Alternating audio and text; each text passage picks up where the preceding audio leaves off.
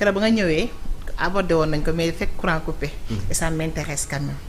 Parce que dañuy gis ne ici au Sénégal notamment à Dakar dañoo dem ba suñu économie sénégalais yi teewatuñ ko seen loxo et pour ne pas stigmatiser dañuy gis ne ñeneen ñu jógee seen dëkk notamment les Guinéens je peux les nommer. tey dañoo am benn système bu ñu installé système économique bi nga xam dañ ko fay installé soxlaa lu ñu lekku sénégalais soxlaa suñu des transferts d'argent des sénégalais lépp dañ koo tënk ñu dem bay gis ne dañuy créer sax ay tricycle créer seen affaire yoo xam ne daal dañuy dem ba téye suñu économie tey boo fi gisee étage guinéen ñoo ko moom les étrangers boo fi gisee yenn sociétés yi ñoom ñoo ko moom sénégalais nan lañ mën a def le Sénégal notamment l'État pour reprendre li nga xam ne moom mooy sunu économie. waaw reprendre suñu économie je pense que c'est trop dire. Mais je veux dire équilibrer les choses. réew dafa war a am un système d'intégration des étrangers. nit ñi dañoo war a toog réfléchir ci. xool ci yan anam. ci yan étape. la ñuy intégrer les étrangers d'autant plus que ñu dañoo nekk ci benn dynamique. sous-régional boo xam ne intégration lañu wax. waaye même le nouveau régime parle beaucoup de panafricanisme. c'est ça. donc contexte vision bi ñuy dem. àndul ak contexte nationaliste. c'est contradictoire. ok parce que contexte panafricaniste. c'est l'ouverture et le père du panafricanisme sénégalais actuellement en tout cas en vie c'est Abdoulaye Wade. il a beaucoup théorisé ça à travers le NEPAD et cetera. donc dafa am système boo xam ne juridique. boo xam ne dafa favoriser aller-retour yi ak système d'investissement yi du moment que ñëw nga am nga sa kii d'autant am na sax passeport yi ñu commencé niroo bu bàyyee passeport CEDEAO yi donc dynamique bi dëkk bi jëm àndul ak retrait nationaliste léegi lan moo am alors pour man réew lépp dañ ko war a toog réfléchir ci formaliser ko étranger bi ñëw fan la war a jaar bari circuit naka la war a liggéeyee nan lañ koy intégrer retour d'argent yi nan lañ koy gérer lan la am droit def lan la amul droit def loolu dafay laaj réflexion mais malheureusement Sénégal on passe tellement de débats sur des choses non essentielles qu'on oublie les choses essentielles léegi problème situation bi am na xawma problème na xawma du problème mais am na jeexital ci dund bi dama la boo mel ne ni ku demee comme fu mel ni Kaolack man su ma jëlee sama waajur bu góor par exemple soo ko doon envoyé xaalis dafa doon dem ci boutique bi bàyyi ko fa bu jeexee day continuer jël ba fin du mois nga jox ko mais man li remarque bi ma def mooy ak boutique gérée par certains étrangers leb bi demeetul noonu boo jëlee 1000 francs balaa nga suba bu ñëwee mu ne la damay def bilan. mais kii leble sax bu yàggee dañ ko fay jëlee yóbbu ko feneen. voilà boo lebee 1000 francs donc man dama ko pratiquer. des fois ngay xëy di liggéey yàkkamti jox ma benn kii jox mais bu 2000 moo tee 2000 3000. boo ñëwaatee. mais bu nekkee da nga ko fàtte xam nañ ne yéen a bokk dëkk xam na ne am nga loo ko fay. mais da lay wax damay def bilan.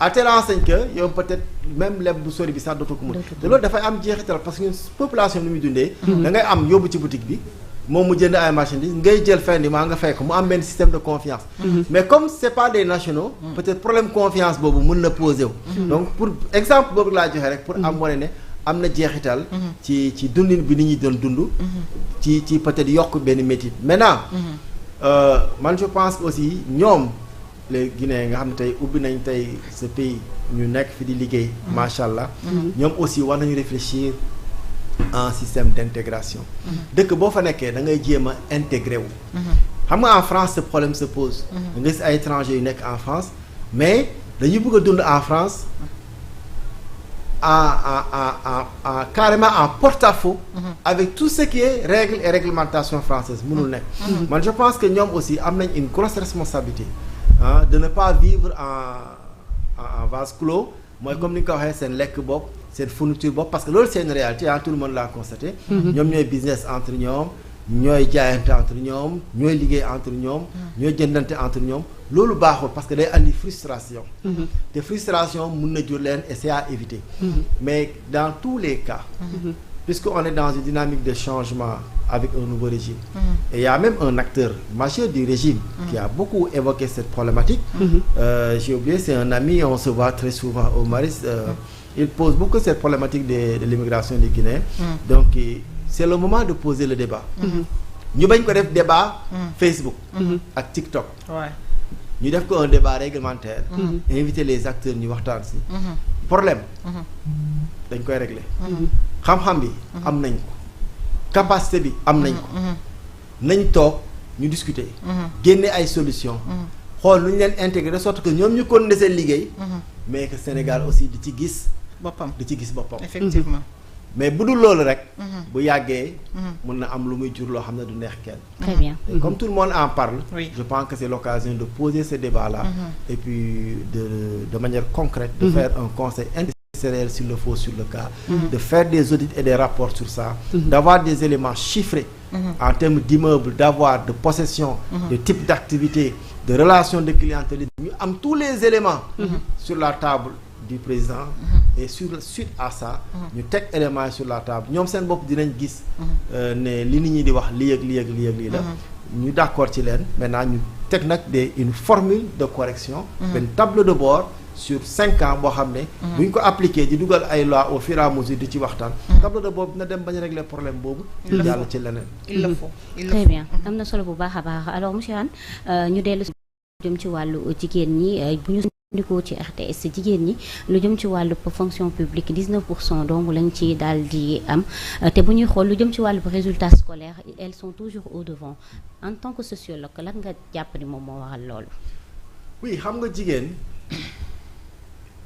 góor yi la leen di protéger da ngay am doom si kër ku jigéen ngeen ko demal ku góor ngeen ko demal université dama débrouiller ku jigéen nga yóbbu ko école formation fayal ko protéger ko yaa ngi gis damay wax souvent même li mu wax pour faire le lien avec les divorces divorce yu bëri mi ngi am ci couple bi ci waajur bu góor bu ko jigéen ki lay jóge parce que ñun góor yi dañoo am tendance di pouponner suñu doomi jigéen ñi pouponner boo xam ne souvent bu ñu leen mayee jëkkër boobu souvent il peut ne pas être en mesure même rôle bi mais donc pouponner boobu noonu da nga koy gis day tax jigéen ñi peut-être effectivement seen résultat dafa jëm et au-delà de ça man damay nekk dans les écoles de formation mais ba nga dugg ci salle de classe salle de 200 personnes mais nga am fa une vingtaine de garçons seulement donc l'effectif de femmes et de filles bii dem bu scolarisé dafa gën a bëri n'oublie pas aussi que y a toute une campagne toute une politique qui a été mise en place sur les indices de développement humain et c'est les objectifs millénaires du développement la scolarisation des filles a fait partie justement est-ce que c'est pas paradoxal ci jamono boo xamante ni ñun suñu nguur gi dañuy daal di wax équité ak li nga xamante ni rek moo di égalité des genres oui mais en fait dafa am phénomène def nañ liggéey bu bëri ba jigéen ñi ñu ngi jàng scolarité bi c'est devenu une réalité mais sur l'offre d'emploi peut-être que c'est là foofu la ñuy amee problème parce que aussi da ngay am type d'emploi yi ñu am Sénégal aussi da nga koy xool c'est des types d'emploi yoo xam ne souvent c'est des emplois ce que j'appelle un emploi masculin xam ne tey day kërti bi muy laaj doole fitna bi muy laaj ak temps bi muy laaj souvent jigéen du ko mën jigéen souvent day am ay responsabilités këram et cetera donc booy xool donc loolu yëpp c'est des problèmes mais une fois de plus les femmes constitue benn marge bu importante de la société boo xam ne dañoo war a impacter ci développement socio-économique léegi nag gouvernement bi ñoo war a réfléchir pour voir comment les intégrer man gëmuma débat wu égalité des gens gëmuma débat boobu l'égalité moom mooy parité bi gëmuma débat boobu pour man débat boobu débat bu nit ñi di évoquer la rek pour se faire de l'argent ou en tout cas pour se faire de la visibilité parité entre góor sax amul nit ñi kenn yemul effectivement mu tey liggéey maçon doo jël jox ko jigéen déedéet muy yéeg ak sac ciment au 2e étage te buñ ne parité ñu ne objectif ça veut dire que kiif lu góor di def na ko jigéen def mais mënul nekk jigéen boo jox ñaar sac ciment c'est pas possible yaa man j'ai l'habitude di wax xam-xam weesu na une façon réfléchir xam suñu jigéen ñi bi ñu leen formé naka la ñuy trouver intégrer leen dans le système de production xam-xam la réflexion. Sénégal fii amatuñ complexe, Europe amatuñ complexe kenn. fii lañ jàngee am nañ xam-xam wóor nañ suñu bopp dem nañ voyager nañ fu nekk xam nañ. peut-être nit ñi dañuy gën a jël fu ñu nit ñi rawee. dañu gën a jël temps de réfléchir pour xool nu ñuy tabaxee suñu réew. ñun nag dañuy gën a jël temps de réfléchir pour xool nu ñuy waxee nu ñuy yàkkantee ak nu ñuy poser des débats inutiles. mais gis nga bu ñu doon poser ay débats utiles. di teg ay réflexions. di pare di appliquer. problème yu bëri danañ ko dépasser. donc débat bi fa la nekk. ban cadre la ñuy teg. socio-économique et juridique. qui va permettre d'intégrer les femmes sur des types d'emplois qui les arrangent. Et qui vont les permettre en même temps d'impacter le système économique. C'est une réflexion, c'est juste une question. Et si les gens mûrissent la réflexion, on peut trouver des solutions. Ba pare aussi ñu bàyyi. di jël ay ministres de la femme. Juste parce que c'est des gens yoo xam ne war nañ mën a mobiliser ay jigéen jox leen ay robe ak ay non. nañu commencé di jël ay ministre de la femme yoo xam ne seen bopp day fees dell. comme tey suñu ministre. je ne sais pas si c'est elle la ministre de la femme d'ailleurs la même mën a jéey. erreur communication bi mu def keroog. jigéen romb na foofu. jigéen romb na foofu donc yooyu nañu jël ay c'est là aussi je salue des femmes comme Aïssata Tall Sall. bu ma jëlee politique yëpp teg ko de côté c'est de grands intellectuels. Mahécor Mimi Touré c'est de grands intellectuels yoo xam ne benn visage jigéen la ñuy joxe yoo xam ne xam-xamam la andi changement am la andi donc nañu day transformer day positiver parce que suñu jigéen ñi noonu lañ mel tout à fait am na solo noonu lañ mel donc jigéen bi nekk ci emploi bi aussi que ce soit public ou privé image boobu mais nag nguur gi moo war a teg schéma bi loolu nguur